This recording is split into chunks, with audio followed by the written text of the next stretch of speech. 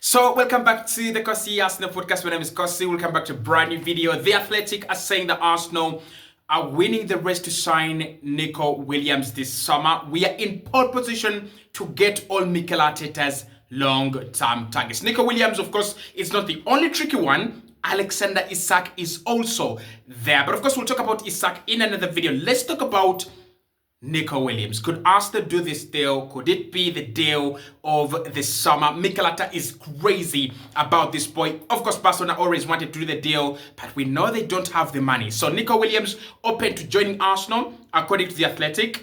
Arsenal are now in pole position, very confident they can get the deal done. But there's one question we've got to answer. Can Arsenal match his wages?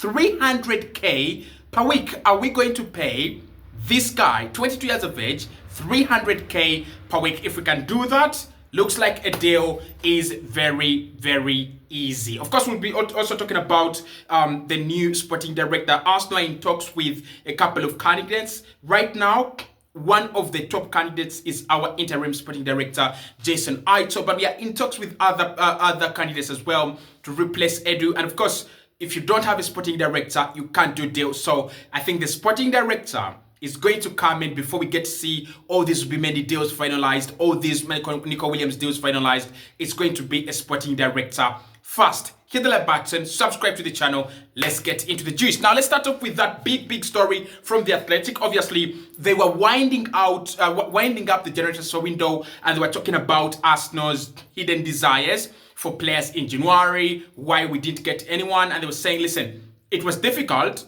but you've got to understand the situation. They also wanted players that were not moving, just not moving in January. Nico Williams was one of them. Shesko, Isak, Zubimendi, all those were wanted, but you just couldn't get them. They were just not moving. Either the club was not selling or the player was, deciding to stay put at the moment.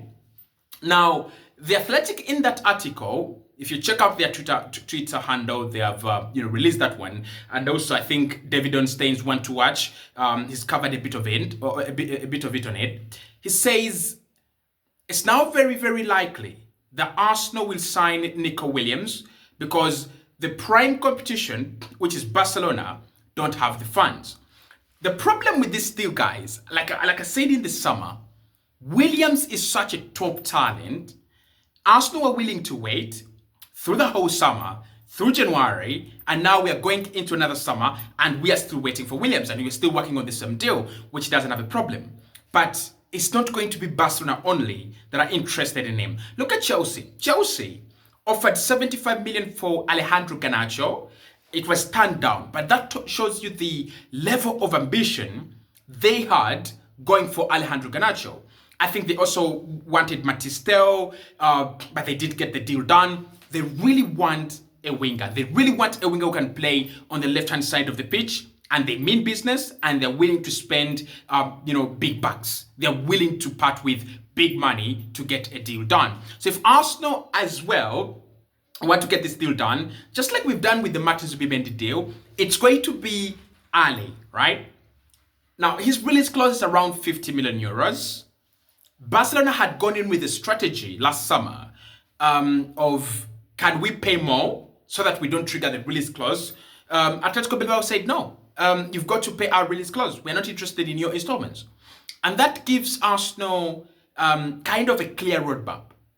If you want to go and do this deal, it's 50 million, clear backs, put it on the table, agree personal terms with the player, and then get the hell out. This is a deal that could take like a week or less than a week, right? You go to La Liga, you trigger the release clause, you agree on personal terms with the player, and it's absolutely done. Now, of course, we're not going to get into what Williams does because we know what Williams does. He's done it for Spain, he's done it for Bilbao, and no one has a question mark on how good Nico Williams is. He's absolutely sensational. And if you add him to that Saka, Saka Shesko, Saka Isak lineup, we will be cooking, bro. We will be cooking. But here are the conditions of that deal. And this is why the deal looks easy, but it's not very easy. So Bilbao was saying the release clause is cheap, around 57 million euros. and you get the player, right? If it wasn't there, we would be charging like 70 and above. So go and get the deal done. What Bilbao are not saying is that this deal involves you paying the cash at once. So Arsenal have to part with 57 million euros, up to 57 million euros at once. In this day and age of PSR, financial fair play, this and that, financial regulations, that's a risky move. Like, that's a risky move. Imagine you sign a player like Declan Rice for 100 million and you have to pay that money in 3 installments or 4 installments, which would make it like 25 million per year, right? That's understandable. But if you have to quit with 57 million in one summer, and remember, he's not the only guy you're going to be signing. You have to sign Martin Zubimendi, that is 70 million up down there, there. You have Isak Oshesko. You have a new goalkeeper, Garcia, that you want to bring in, which is also a deal that I think Arsenal, are over and above. It puts us in a tricky situation. Now, I know most of you are going to say, just do the deal. It's not our money, what, and all that. But if the club is going to stay afloat in this PSR era, I think a major sell is going to need to come. And the Athletic haven't disappointed. They have said, we might see a departure. We might need to see a good departure, a major departure, if we are going to see the arrival of Nico Williams. So in terms of wages, a player like Thomas Partey, if he left, I'm not saying it's good, but I'm saying if he left, he's earning around 250k. If he leaves, and maybe Kieran Tierney leaves too, they create space for Nico Williams on the wage bill, right? Because he's going to be earning 300. Partey and Kieran Tierney could be earning 350, both of them combined. So both of them, at least you get 2 out and bring in 1. But also in terms of cash, who could Arsenal sell right now and we get good money, but his surplus requirement? Maybe Kivio, maybe a player like Kivio, because Tomiyasu would have been a very, very good one, but Tomiyasu is injury prone. I doubt clubs are willing to give you, constant money. I doubt clubs are willing to give you constant money for Jakub Kivio. For Tomiyasu, good money for Tomiyasu. So Nico Williams, the problem is with the wages, and the problem is with paying the money at once. Now again, 300k, it's a little bit disruptive.